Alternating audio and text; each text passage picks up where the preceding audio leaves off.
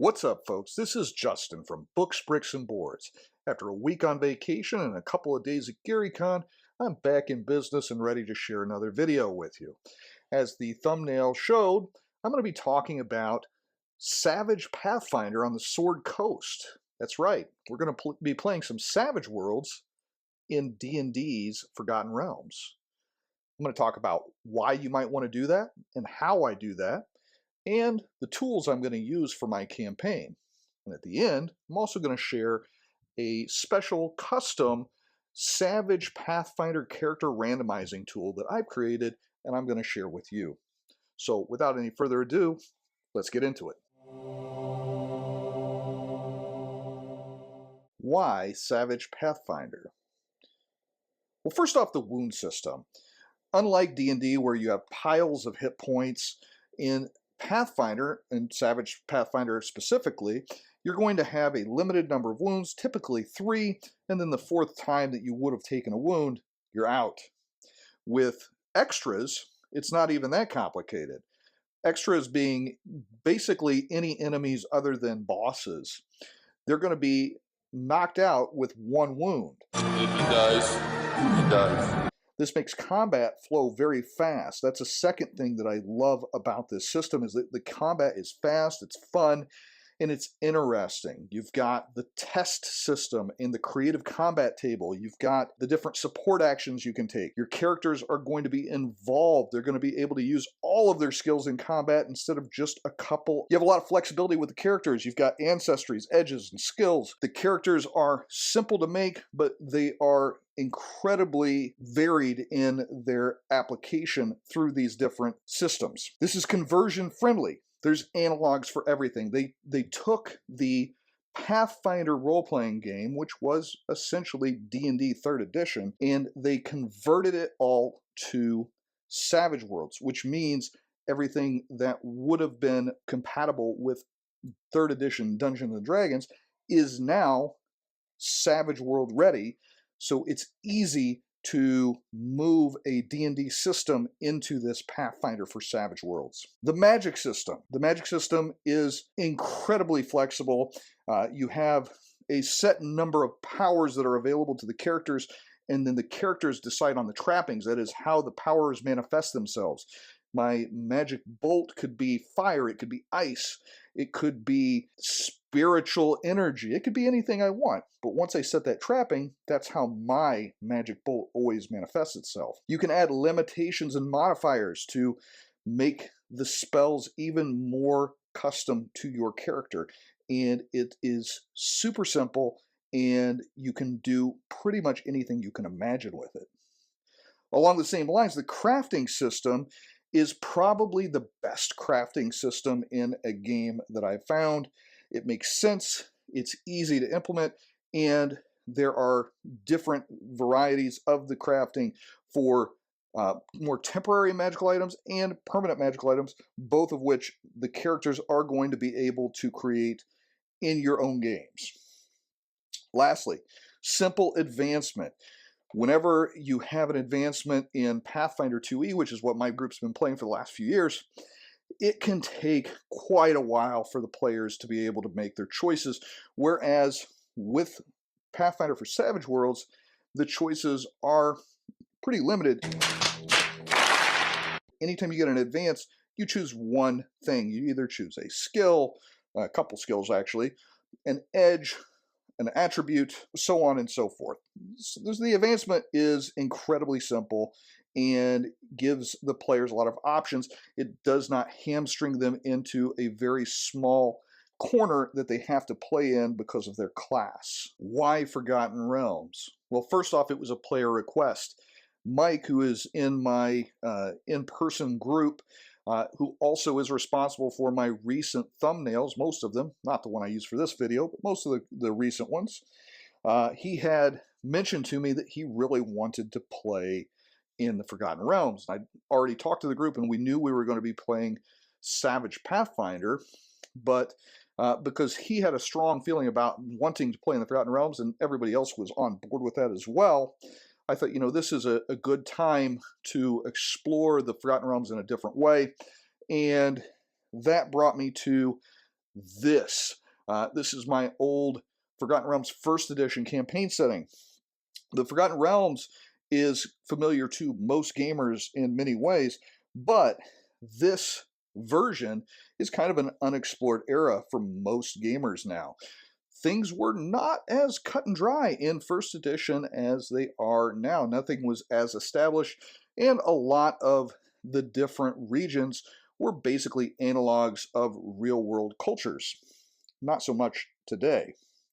There's also plenty of material for the Forgotten Realms. There's Undermountain, multiple box sets. There's the setting box set. There's Karator. There's the Horde. There's the Volo's Guides. There's City System. There's Waterdeep in the North. There's the Savage North. And all of these, or most of these anyways, are available extremely affordably on drive-thru RPG. So if my players wander into an area of the Forgotten Realms that I am less familiar with, which I know a lot about many of the different areas, but there's a lot of Forgotten Realms to go around. If they do, I can easily jump on drive-thru, pay $5 or $6, and have a PDF of the area that they're looking into. And that makes this a huge sandbox that I can allow my players to explore at their leisure instead of mine. How I'm going to run it.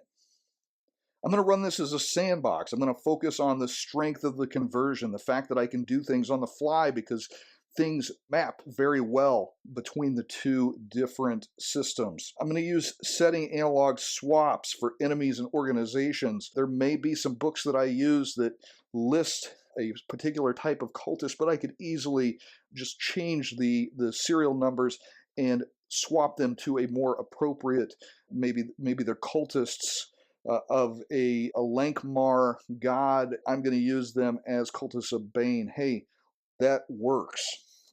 I'm going to allow my players to impact the world. I'm not going to let canon get in the way. I'm going to keep the big beats the same, but then I'm going to allow them to have a real impact on the Forgotten Realms and perhaps even set up shop and have their own domain. We'll experience some domain play in the Forgotten Realms with Savage Pathfinder. The great thing about this is that this setting is familiar, but a little bit mysterious because this is before the Time of Troubles. It's before all of the nonsense in 4th edition with the shift, and it's before 3rd edition and the changes there. This is a very, very open world campaign set, this version of the Forgotten Realms, and that is what we are going to be using as our sandbox setting. Other tools I'm going to be using. I'm going to use the Fantasy Companion for Savage Worlds Adventure Edition. This book has a ton of new edges. It's got different races. It has a nice bestiary in it. It has some domain play rules in it. I can use all of those with Savage Pathfinder. Some of them are duplication, but a lot of them are not in the core rules for Savage Pathfinder. So this is a great resource for me to bring over some of those things that didn't transfer to Pathfinder from the Forgotten Realms, because it is aimed at a more generic setting. I'm also going to be using a number of tools that I put into this binder here. First off, the Savage World Setting Rule Checklist. So this is going to kind of give my players an idea of the different setting rules that are in effect. I have marked the ones that are set up in Savage World, so they're going to be playing with Conviction, Creative Combat. I added unarmored heroes to the game because I think this is fun. It allows you to play a more Conan-esque fighter character and still have the ability to survive, possibly. Got a wound cap because that is part of the default Savage Pathfinder settings. I've got a complete collection of the Lankmar books, and as such, I'm stealing some of the adventure generators from that. With the City of Thieves book, I've got the adventure generator for cities. I can use this if they're in Waterdeep, which they've expressed some interest in taking advantage of the Waterdeep setting. They may do a little bit of pirating. Hey, pirate! So the Savage Seas of Niwan, I've got the adventure generator for that to create some adventures on the fly for our sandbox. And then from the Pathfinder Companion, I've got an adventure generator for basically just anything on the Sword Coast. And then I've got the encounter generator from that same book that will give me some random encounters for different types of terrain. But I'm not going to stop there because I also picked up some reference sheets from Drive-Thru RPG.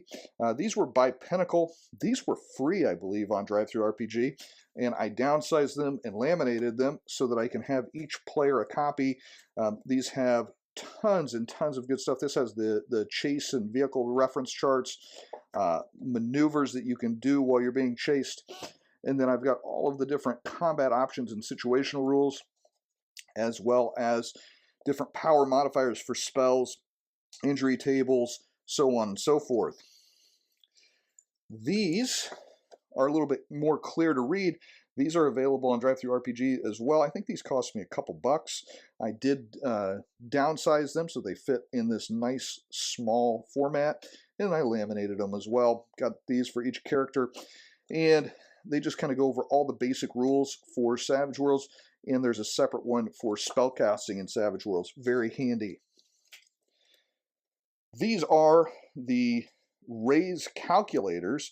So the raise system in Savage Worlds, whereby for every 4 that you roll above your target number, you get an additional raise.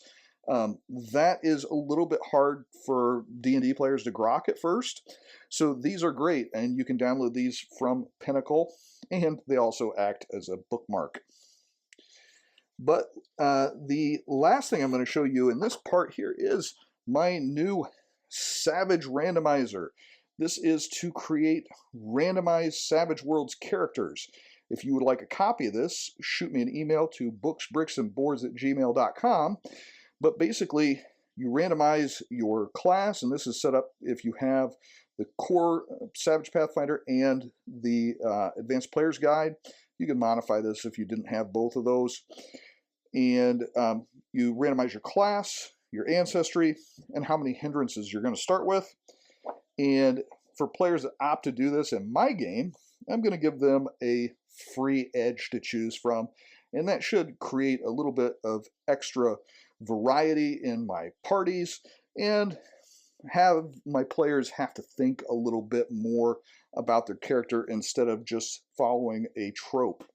So that is, as I say, available.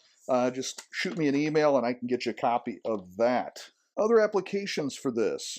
Well, you could use my methods here to play Savage Worlds in other TSR settings. I've thought about ways that you could convert over Dark Sun, Ravenloft, Greyhawk, Birthright, so on and so forth. You could do other fictional IPs that don't yet have a Savage Worlds conversion, like Conan. Thinking of the Savage Sword of Conan, anyone? Lord of the Rings, Game of Thrones, so on and so forth. A matter of fact, if you have the Fantasy Companion, a lot of those settings are mentioned in the setting-specific rule sets within that book, and it will tell you what setting rules that you might consider for that type of a game. I think that the key point is you want to steal the stories, the settings, and the maps, use the enemies from Savage Worlds, but take all of the story stuff from whatever setting you're wanting to play in, and it's going to hum, it's going to just play really fast and furious and fun, because that's what Savage Worlds is. All right, so that is how I'm going to be playing Savage Worlds on the Sword Coast. If you see any different ideas that I haven't brought up here that you'd like to share, shoot a comment at me or send me an email. Love to talk to you about it, find out other ways that I can take advantage of this conversion. If you want to get a copy of my Savage Character Randomizer, again, just let me know and I will send that over to you.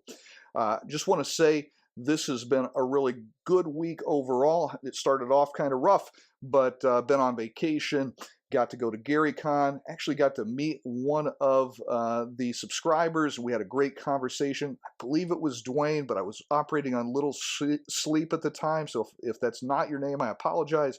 We had a great conversation in front of the Cubicle 7 booth while I was perusing the Warhammer Fantasy RPG section. But appreciate you guys. We're over 3,100 subs. Can't wait to hit that next mark of 4,000 at the rate we're going. it should be before too long. So until next time, this has been Justin from Books, Bricks, and Boards. If you're enjoying the content, please be sure to like, share, and subscribe. Good gaming, and God bless.